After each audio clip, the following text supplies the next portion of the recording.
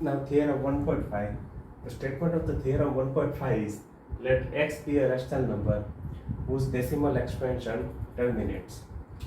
Now x is a rational number whose decimal expansion is terminating. Okay, so when we try to write the x in the terminating decimal expansion, we can write as 0.5. So then x can be expressed in the form of p by q. Now this is terminating decimal expansion. When we try to write it in the form of p by q, it will be 1 by 2. Okay. Now where p and q are co-prime, here 1 and 2 are not having any common factor other than 1. So 1 and 2 are co-prime, and the prime factorization of q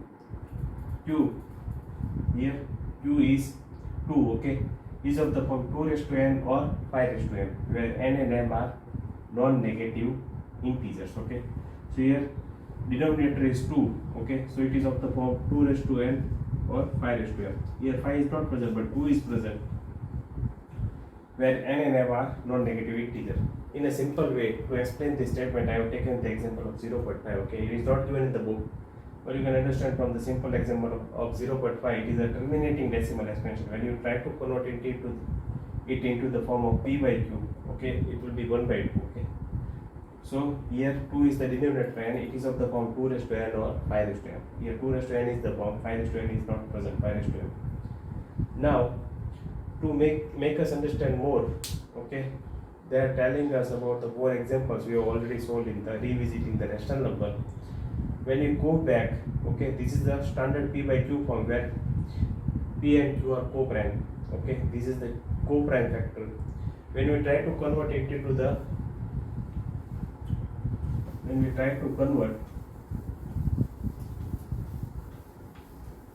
from p by q to a by b, where a and b are having some common factors, what will be the result?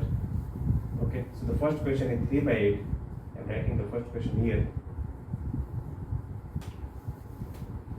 The first question is 3 by 8. So let's see. So according to the theorem 1.5 statement, this is p by q format. Okay, we have to convert it into the a by b form. A by b form is having some common factors. This is co-prime. It is not having any common factor other than 1. So what is the form of 8? 8 is 2 to the 4 to the 8. So we can write it as 3 upon 2 raised to 3. Now to obtain 2 raised to n and 5 raised to m, okay, here 5 is missing. So when we try to multiply 5 raised to 3, what we have to multiply? The exponent which is there in the denominator, that same exponent we have to multiply, keeping 5 in the numerator and denominator. So when 5 raised to 3 upon 5 raised to 3 is cancelled, 1 is there. So we are using this 1. Instead of 1, we are writing 5 raised to 3 upon 5 raised to 3. So what we will get? 3 into 5 raised to 3 is 125 upon 2 raised to 3 into 5 raised to 3 is 2 into 5 raised to 3. So 125 3s are, we are getting 375. I think we are getting 375, and upon in the denominator we are getting 10 raised to 3. 10 raised to 3 means 1000, and it can be written as 0.375. So yes, we are getting the terminating decimal expansion. This is the co-prime number. From the co-prime number we are going to the number which is having some common factors, and when we try to convert it into the decimal expansion, we are getting the terminating decimal expansion. That is what is the main goal of theorem 1.5, that we can convert any number which is having which is co-prime, means numerator and denominator is not having any common factor, and we try to convert into the form of 2 raised to n or 5 raised to m into the powers of 10 from p by q to a by b, where b is a power of 10, it is in the form of power of 10, and q is in the form of 2 raised to n, 5 raised to n.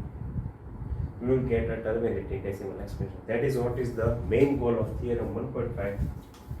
Let's see about the question number 2.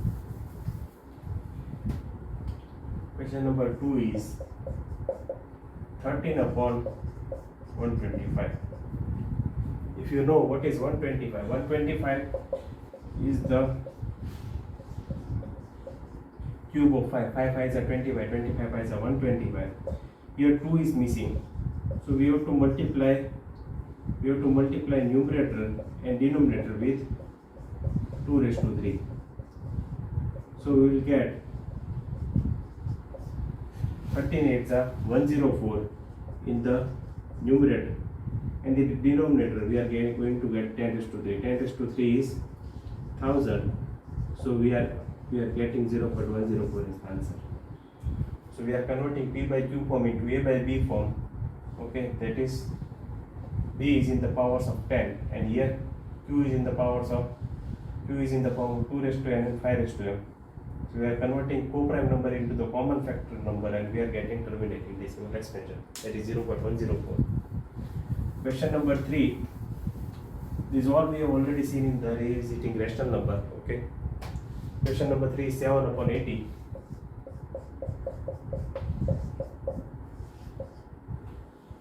So 80 means 16 5s are 80. What is 16? 2 raised to 4. 2 raised to 4. 2 2s are 4. 2 2s are 4. 2s are 8. 2s are 16. 2 raised to 4 is 16. Okay. And 5. Now 5 is one time only. If we multiply 5 raised to 3, then we will get 10. Okay. We will get co-prime. We will convert co-prime number into the number which is in the common factor, which is in the numerator and denominator. So 7 into 5 raised to 3 is 125. 5 raised to 3 means 125. And in the denominator we will get 10 raised to 4. So 125 7s are 875 upon 10,000. So 0.0875. This is your answer. So we have converted co-prime numbers to the number with common factors, and that the answer is terminating decimal expansion. Now last one.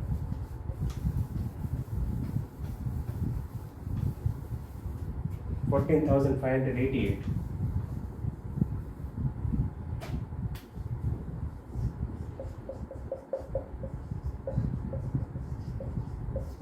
upon 625. Now what is 625? 625 is the 5 5s are 25, 25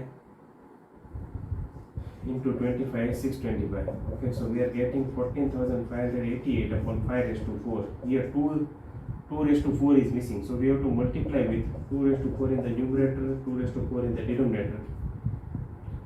So what is 2 raised to 4? It is 16. So 14,588 into 16 upon 10 raised to 4. Now what is 14,588 into 16?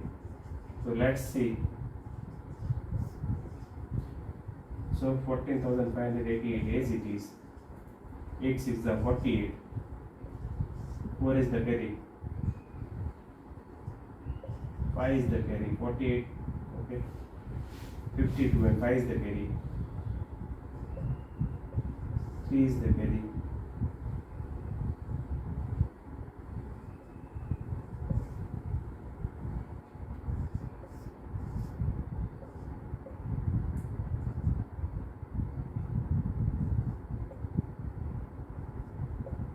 So 2,33,408. 2,33,408 upon 10,000. So answer is 23.3408. So we have converted the co-prime number into the number with the common factors in the numerator and denominator. Okay, 2 raised to n, 5 raised to n, and then we have converted it into the A by B form where B is of the power of 10, and then we are getting terminating decimal expansion. So this is the introduction, or you can say all the information which is given in the theorem 1.5. Thank you.